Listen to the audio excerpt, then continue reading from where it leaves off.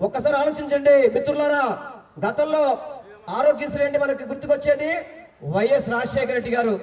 విద్యకి వైద్యానికి పెద్ద పీటను వేసిన వ్యక్తి పెద్ద అయిన రాజశేఖర రెడ్డి గారు అయితే వాటన్నిటిని కూడా ముందుకు తీసుకెళ్తూ జగన్మోహన్ రెడ్డి గారు ముందుకెళ్తుంటే వాటి ఆశయాలను తూట్లు పొడిచే విధంగా, వైద్యాన్ని అమ్ముకునే విధంగా, విద్యను అమ్ముకునే విధంగా చేస్తున్న చంద్రబాబు కూటమి ప్రభుత్వానికి నూకలు చెల్లాయని చెప్పడానికి ఇది ఒక్కడే నిదర్శనం కాదా అని చెప్పి మీ అందరికీ తెలియపరచుకుంటున్నాను.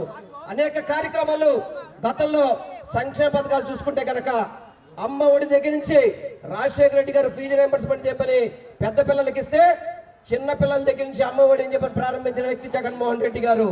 అదేవిధంగా ప్రతి ఒక్కరికి ఇళ్ల స్థలాలు ఇవ్వాలని చెప్పని నిర్ణయించుకునే వ్యక్తి జగన్మోహన్ రెడ్డి గారు.